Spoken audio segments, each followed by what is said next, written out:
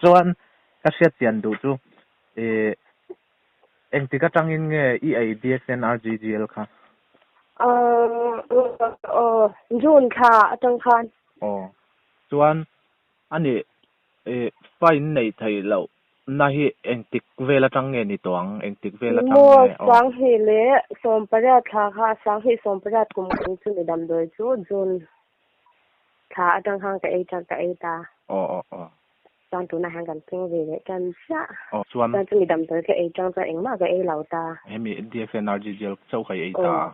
ka ei top khani top June na tang sang ni som ni June na tang ni ei ta tro chuan engtikin nge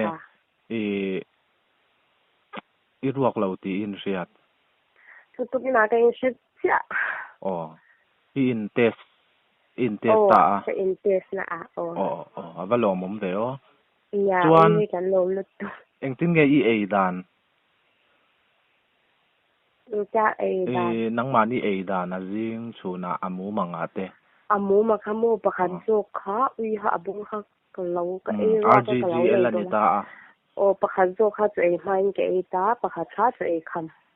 zinga le tlai ai ti ve nga zinga le tlai ya ke ei kop che ve ta chu ei ma le chu ei kham no chuan chul tan hian a tha hrim ta chul bo chula bo kom ti te block kan tiang te chinung lo mo infertility te